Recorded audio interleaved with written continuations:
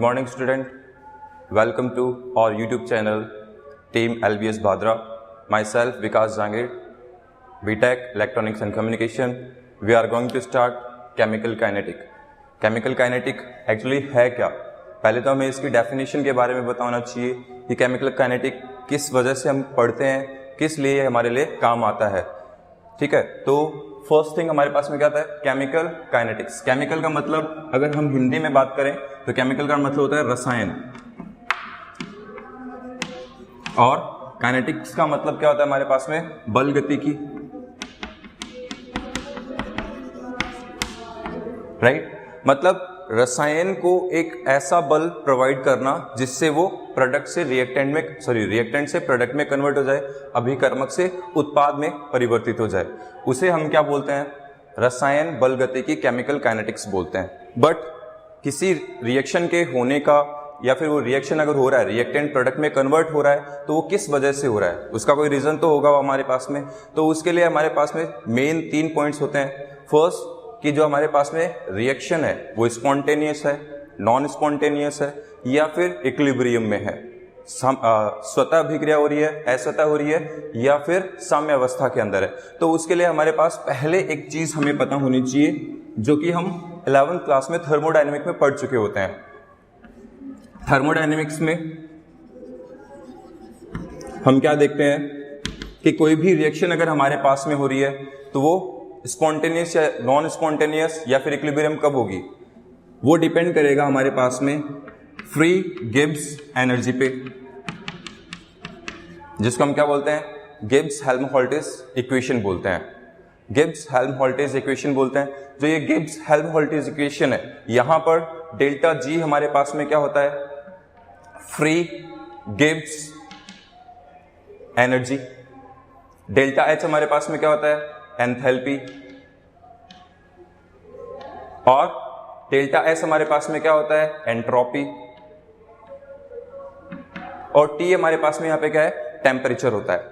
ठीक है, अब ये जो डेल्टा जी हमारे पास में गिव्स फ्री जो एनर्जी है, अगर उसका वैल्यू हमारे पास नेगेटिव है, इट मींस जो डेल्टा जी है वो 0 से कम है, तब हमारी रिएक्शन हमेशा क्या होगी?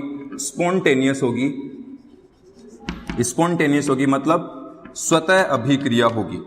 ठीक, इसके बाद हमारे पास में आता है delta G is greater than 0, मतलब धनात्मक वैल्यू या फिर पॉजिटिव वैल्यू अगर उसकी हमारे पास में है, इसका मतलब रिएक्शन कैसी होगी? नॉन स्पॉन्टेनियस, मतलब अभिक्रिया क्या हो जाएगी हमारे पास में? अस्वतः अभिक्रिया हो जाएगी. ठीक है, लास्ट इसमें हमारे पास आता है मे बी जो हमारे पास डेल्टा जी है वो इक्वल्स टू 0 भी तो हो सकता है. अब अगर इक्वल्स टू 0 है, इसका मतलब अभिक्रिया कैसे हो सकती है? रिएक्शन जो होगी वो कैसी होगी? वो हमारे पास में आ जाएगी इक्विलिब्रियम में. इसका मतलब क्या हो गया? साम्य के अंदर आ गई. ठीक, बट हमें जनरली कौन सी रिएक्शन से मतलब होता है, कौन सी अभिक्रियाओं से मतलब होता है? जो स्पॉन्टेनियस हो रही है या फिर स्वतः अभिक्रियाएं हो रही है, उनसे हमें सिर्फ मतलब होता है. क्यों? क्योंकि एक तो ये इन रिएक्शंस के लिए, अभिक्रियाओं के लिए हमें बाहर से कोई एनर्जी प्रोवाइड नहीं करनी पड़ती. ये खुद ब खुद रिएक्ट करता है, अपने आप रिएक्ट कर लेगा. इसलिए ये रिएक्शंस हमें पता होनी चाहिए. अब ये रिएक्शंस होती कैसे है, ये किस तरह से रिएक्ट करेगा, ये डिपेंड करेगा डेल्टा एच और टी डेल्टा एस के ऊपर. कैसे रिएक्ट करता है देखते हैं अभी.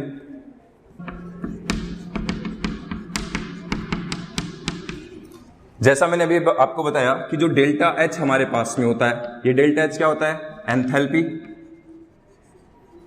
ठीक, एंथैल्पी का मतलब हो गया ऊष्मा. अब अगर कोई प्रोसेस हमारे पास में होता है जो एंथैल्पी पे डिपेंड करता है, वो प्रोसेस हमारे पास में 2 टाइप से हो सकता है.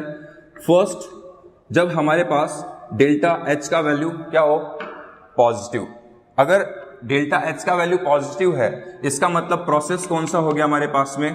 एंडोथर्मिक प्रोसेस हो गया, मतलब ऊष्मा शोषी प्रक्रम हो जाएगा.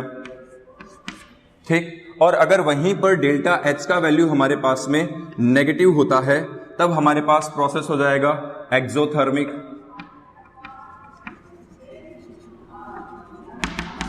ऊष्मा क्षेपी, ये प्रक्रम हो जाएगा. मेन जो रिएक्शंस होती है वो इसी पे डिपेंड करती है कि जो रिएक्शंस हमारे पास हो रही है वो स्पॉन्टेनियस है या फिर नॉन स्पॉन्टेनियस है। जैसा मैंने बोला कि हम किस पे बात करेंगे, सिर्फ और सिर्फ स्पॉन्टेनियस कैरेक्टरिस्टिक्स वाले पॉइंट ऑफ पे बात करेंगे, बाकी से हमें कोई मतलब नहीं है। ठीक है, तो हमारे पास इसमें कुछ कुल कंडीशंस बनती है। वो कंडीशंस क्या है? डेल्टा एच, टी और डेल्टा एस और डेल्टा जी स्पॉन्टेनियस कब होगा, कब स्वतः होगा हमारे पास में, ये देखना है। ठीक, अब मैंने आपको क्या कहा कि जो डेल्टा जी है वो क्या होना चाहिए हमारे पास में, नेगेटिव होना चाहिए। इसका मतलब ये जो टोटल वैल्यू हमारे पास मिल रही है वो क्या आनी चाहिए, नेगेटिव आनी चाहिए। ठीक, इसके लिए अगर ये वैल्यू नेगेटिव है और ये पूरा टर्म हमारे पास जैसे नेगेटिव पहले से ही पड़ा है, तो हमारी रिएक्शन क्या हो सकती है, नेगेटिव हो सकती है। इसका मतलब मैं डेल्टा एच का जो वैल्यू है वो क्या ले लूं, नेगेटिव। और अगर नेगेटिव ले रहा हूं इसका मतलब रिएक्शंस कौन सी होगी, एक्सोथर्मिक, उष्मा क्षेपी अभिक्रिया हो जाएगी।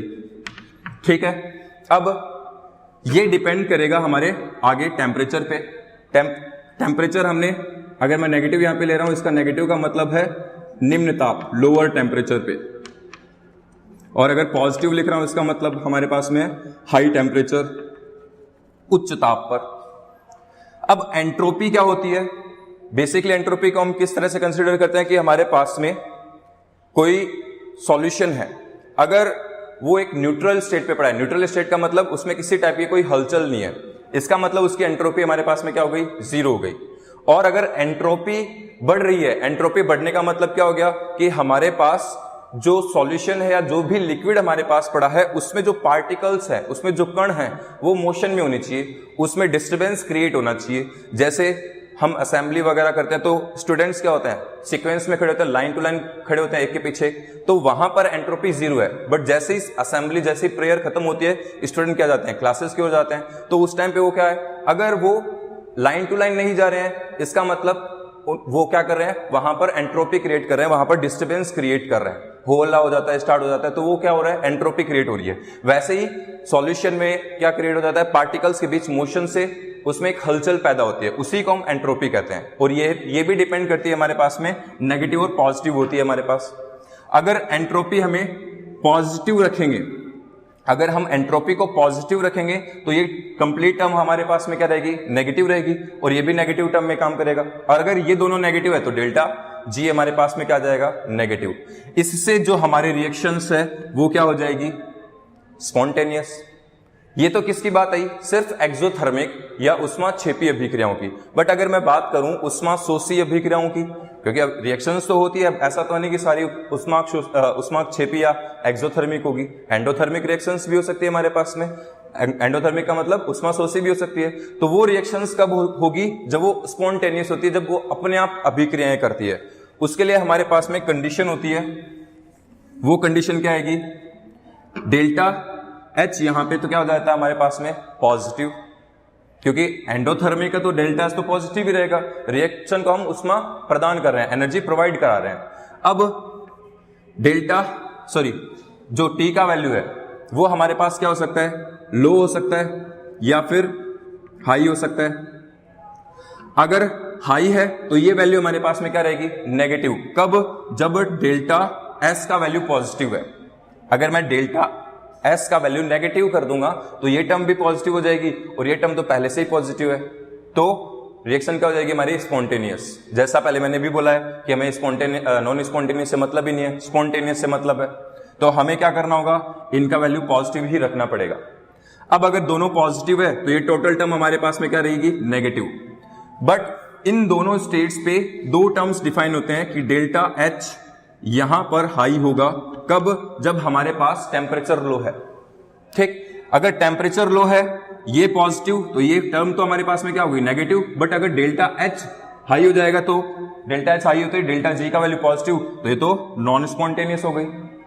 अब अगर ये पॉजिटिव, टेम्परेचर हाई है और डेल्टा एस का वैल्यू हमारे पास में क्या हो गया, पॉजिटिव हो गया, तो पॉजिटिव होते ही डेल्टा एच लो हो जाएगा, किससे, टी डेल्टा एस की वैल्यू से। जैसे ही ये लो होगा, ये टर्म क्या हो गई हमारे पास में, नेगेटिव, और नेगेटिव हो गई होते अभिक्रिया हो गई हमारे पास में स्वतः अभिक्रिया। अब मैंने आपको क्या कहा कि हमें सिर्फ स्वतः अभिक्रियाओं से मतलब है, तो हमने देखा कि कौन कौन सी अभिक्रियाएं स्वतः अभिक्रियाओं को दर्शाएगा। ये जो अभिक्रियाएं हैं ये केमिकल काइनेटिक्स को रिप्रेजेंट करती है। ये सारी की सारी अभिक्रियाएं किसको रिप्रेजेंट करेगी? केमिकल काइनेटिक्स को। अब हमने ये बात की कौन सी अभिक्रियाएं स्वतः होगी, कौन सी अभिक्रियाएं स्वतः होगी और कौन सी अभिक्रियाएं अस्वतः होगी।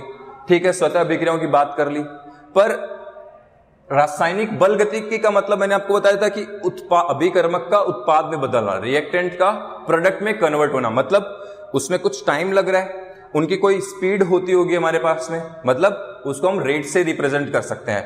रेट का मतलब हमारे पास में क्या हो गया? रिएक्टेंट है, प्रोडक्ट है हमारे पास में, एक रिएक्शन है, तो हम इसको क्या लिखेंगे? Rate of reaction. Rate of reaction, rate of reaction का मतलब क्या हो गया? अभिक्रिया का वेग। जैसे बाइक का वेग होता है, ट्रेन का वेग होता है, स्पीड होती है ना उनकी भी, वैसे ही अभिक्रिया की भी कोई स्पीड है। उस स्पीड को हमें यहाँ पे मेजर करना है, जो कि हम इस चैप्टर में करेंगे। ठीक है, इससे पहले अगर मैं बात करते हैं, हम 11th में एक केमिकल इक्विलिब्रियम भी था हमारे पास में। तो केमिकल इक्विलिब्रियम में हमें क्या बताया था कि कोई भी रिएक्शन अगर हो रही है तो वो कंसंट्रेशन पे रिएक्शन कैसे डिपेंड करेगी? रेट ऑफ रिएक्शन है तो रेट ऑफ रिएक्शन पे कंसंट्रेशन किस तरह से डिपेंड करती है, टेम्परेचर पे किस तरह से डिपेंड करती है, प्रेशर पे किस तरह से डिपेंड करती है। बट यहां पर हम उस रेट को कैलकुलेट करेंगे। 11th में हमने रेट को कैलकुलेट नहीं किया था, बट यहां पर हमें क्या कैलकुलेट करना है? रेट को कैलकुलेट करना है। रेट कैलकुलेट कर लेंगे, पर उससे पहले हमें यह पता होना चाहिए कि जो रिएक्शंस हमारे पास में हो रही है उनमें से किन किन रिएक्शंस के लिए हम ये रेट कैलकुलेट कर सकते हैं। मतलब टाइप ऑफ रिएक्शंस का हमें पता होना चाहिए कि कौन कौन सी रिएक्शंस के लिए हम ये कैलकुलेट करेंगे। तो हमारे पास जनरली 3 टाइप्स की रिएक्शंस होती है। फर्स्ट जो रिएक्शन होती है वो वेरी फास्ट रिएक्शन होती है। वेरी फास्ट का मतलब क्या हो गया? Fraction of second. और फ्रैक्शन ऑफ सेकंड का मतलब क्या हो गया? सेकंड के भी छोटे पार्ट में होती है, सेकंड से भी कम टाइम में वो कंप्लीट हो जाती है। तो आप खुद सोचो कि अगर हम किसी प्रोडक्ट, किसी रिएक्टेंट में या किसी सॉल्यूट में, किसी सॉल्यूशन में, विलियन में हमने कुछ डाला, वो डालते हुए रिएक्शन हो गया, रिएक्ट हो गया, तो उसके स्पीड को हम कैलकुलेट जनरली नहीं कर सकते हैं। अगर स्पीड को कैलकुलेट नहीं कर पाएंगे तो रेट को कैसे कैलकुलेट करेंगे? तो यहां पर हम वेरी फास्ट रिएक्शंस को नहीं पढ़ते हैं। अब वेरी फास्ट रिएक्शंस कौन सी होती है? ये जो रिएक्शंस हमारे पास में होती है ये आयनिक रिएक्शंस होती है। आयनिक रिएक्शंस का मतलब जो आयनिक अभिक्रियाएं हमारे पास में है, आयनिक रिएक्शंस, जैसे पानी में नमक को घोल दिया, आयनिक रिएक्शन है हमारे पास में। तो वो रिएक्शंस बहुत स्पीड से होती है, उनको हम कैलकुलेट नहीं कर सकते हैं, क्योंकि वहां आयंस में क्या होना है? टूटना है। जो भी हमारे पास में जैसे NaCl है, तो NaCl को आप पानी में डालोगे तो किस में टूट जाएगा? Na+ और Cl- में टूट जाएगा। तो ये टूट गया, ये इतना स्पीड से टूटता है कि हम इसको कैलकुलेट नहीं कर सकते हैं। इसलिए वेरी फास्ट रिएक्शंस को हम कभी नहीं पढ़ेंगे इस चैप्टर में, ना उनका हम रेट कभी कैलकुलेट कर सकते हैं। इसके बाद हमारे पास में आती है वेरी स्लो रिएक्शन, अत्यंत धीमी अभिक्रियाएं। अब ये जो अत्यंत धीमी अभिक्रियाएं होती है ये कौन सी होती है? ये बहुत लंबे टाइम तक चलती है। हो सकता है ये अभिक्रियाएं 1 महीना ले ले, हो सकता है 1 साल ले ले, हो सकता है कई साल ले ले। जैसे हम अगर एग्जाम्पल लेते हैं कोरोजन ऑफ आयरन का, corrosion of iron. Corrosion of iron में क्या होता है? जो हमारे पास आयरन होता है उसका ऑक्सीडेशन होता है, जो हमारे पास एनवायरनमेंट में ऑक्सीजन होती है उसके साथ में। अब उसका कोरोजन हो गया, तो ये हो सकता है कि उसका जो कोरोजन है वो 1 महीने बाद से स्टार्ट हुआ है, 2 महीने बाद से स्टार्ट हुआ, बट वो कभी खत्म होती है क्या? कभी कंप्लीट नहीं होती है, उसमें टाइम होने में बहुत टाइम लग जाता है। बट कुछ सब्सटेंस आयरन के हमारे पास ऐसे भी हैं जो कभी, जिस पे कोरोजन पॉसिबल ही नहीं है। जैसे लोह स्तंभ है, लोह स्तंभ का आज इतना टाइम हो गया, कभी उस पर कोरोजन हुआ ही नहीं, उस पर कभी जंग लगी नहीं है हमारे पास।